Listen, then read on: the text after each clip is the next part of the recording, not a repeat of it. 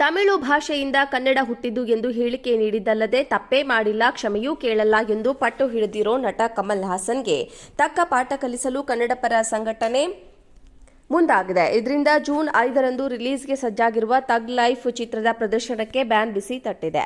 ಈ ನಡುವೆ ಚಿತ್ರಕ್ಕೆ ಅಡ್ಡಿಪಡಿಸದಂತೆ ನಟ ಕಮಲ್ ಹಾಸನ್ ಹೈಕೋರ್ಟ್ ಮೆಟ್ಟಿಲೇರಿದ್ದಾರೆ.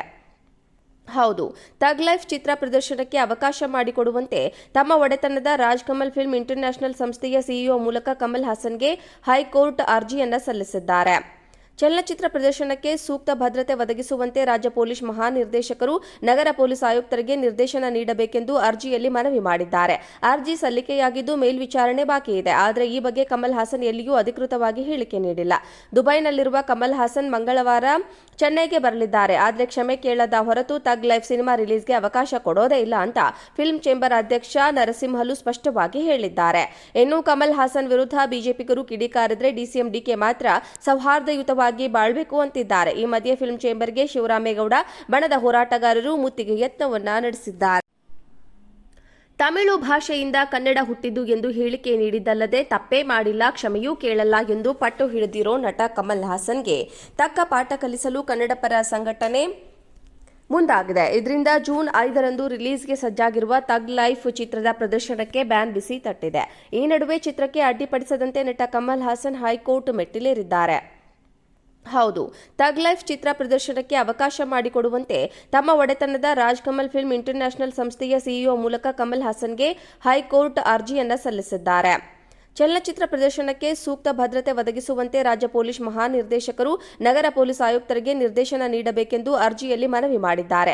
ಅರ್ಜಿ ಸಲ್ಲಿಕೆಯಾಗಿದ್ದು ಮೇಲ್ವಿಚಾರಣೆ ಬಾಕಿ ಇದೆ. ಆದರೆ ಈ ಬಗ್ಗೆ ಕಮಲ್ ಹಾಸನ್ ಎಲ್ಲಿಯೂ ಅಧಿಕೃತವಾಗಿ ಹೇಳಿಕೆ ನೀಡಿಲ್ಲ. ದುಬೈನಲ್ಲಿರುವ ಕಮಲ್ ಹಾಸನ್ ಮಂಗಳವಾರ ಚೆನ್ನೈಗೆ ಬರಲಿದ್ದಾರೆ. ಆದರೆ ಕ್ಷಮೆ ಕೇಳದ ಹೊರತು ಥಗ್ ಲೈಫ್ ಸಿನಿಮಾ ರಿಲೀಸ್ಗೆ ಅವಕಾಶ ಕೊಡೋದೇ ಇಲ್ಲ ಅಂತ ಫಿಲ್ಮ್ ಚೇಂಬರ್ ಅಧ್ಯಕ್ಷ ನರಸಿಂಹಲು ಸ್ಪಷ್ಟವಾಗಿ ಹೇಳಿದ್ದಾರೆ. ಇನ್ನು ಕಮಲ್ ಹಾಸನ್ ವಿರುದ್ಧ ಬಿಜೆಪಿಗರು ಕಿಡಿಕಾರಿದ್ರೆ ಡಿಸಿಎಂ ಡಿಕೆ ಮಾತ್ರ ಸೌಹಾರ್ದಯುತವಾಗಿ ಬಾಳ್ಬೇಕು ಅಂತಿದ್ದಾರೆ. ಈ ಮಧ್ಯೆ ಫಿಲ್ಮ್ ಚೇಂಬರ್ಗೆ ಶಿವರಾಮೇಗೌಡ ಬಣದ ಹೋರಾಟಗಾರರು ಮುತ್ತಿಗೆ ಯತ್ನವನ್ನ ನಡೆಸಿದ್ದಾರೆ.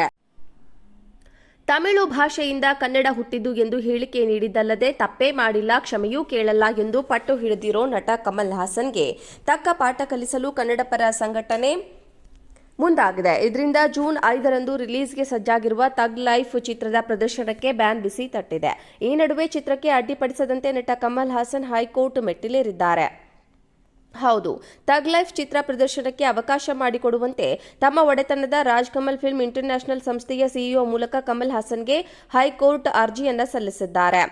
ಚಲನಚಿತ್ರ ಪ್ರದರ್ಶನಕ್ಕೆ ಸೂಕ್ತ ಭದ್ರತೆ ಒದಗಿಸುವಂತೆ ರಾಜ್ಯ ಪೊಲೀಸ್ ಮಹಾನಿರ್ದೇಶಕರು ನಗರ ಪೊಲೀಸ್ ಆಯುಕ್ತರಿಗೆ ನಿರ್ದೇಶನ ನೀಡಬೇಕೆಂದು ಅರ್ಜಿಯಲ್ಲಿ ಮನವಿ ಮಾಡಿದ್ದಾರೆ. ಅರ್ಜಿ ಸಲ್ಲಿಕೆಯಾಗಿದ್ದು ಮೇಲ್ವಿಚಾರಣೆ ಬಾಕಿ ಇದೆ. ಆದರೆ ಈ ಬಗ್ಗೆ ಕಮಲ್ ಹಾಸನ್ ಎಲ್ಲಿಯೂ ಅಧಿಕೃತವಾಗಿ ಹೇಳಿಕೆ ನೀಡಿಲ್ಲ.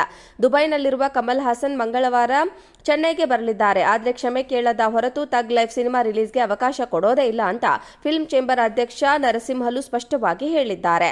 ಇನ್ನು ಕಮಲ್ ಹಾಸನ್ ವಿರುದ್ಧ ಬಿಜೆಪಿಗರು ಕಿಡಿಕಾರಿದ್ರೆ ಡಿಸಿಎಂ ಡಿಕೆ ಮಾತ್ರ ಸೌಹಾರ್ದಯುತವಾಗಿ ಬಾಳ್ಬೇಕು ಅಂತಿದ್ದಾರೆ. ಈ ಮಧ್ಯೆ ಫಿಲ್ಮ್ ಚೇಂಬರ್ಗೆ ಶಿವರಾಮೇಗೌಡ ಬಣದ ಹೋರಾಟಗಾರರು ಮುತ್ತಿಗೆ ಯತ್ನವನ್ನ ನಡೆಸಿದ್ದಾರೆ.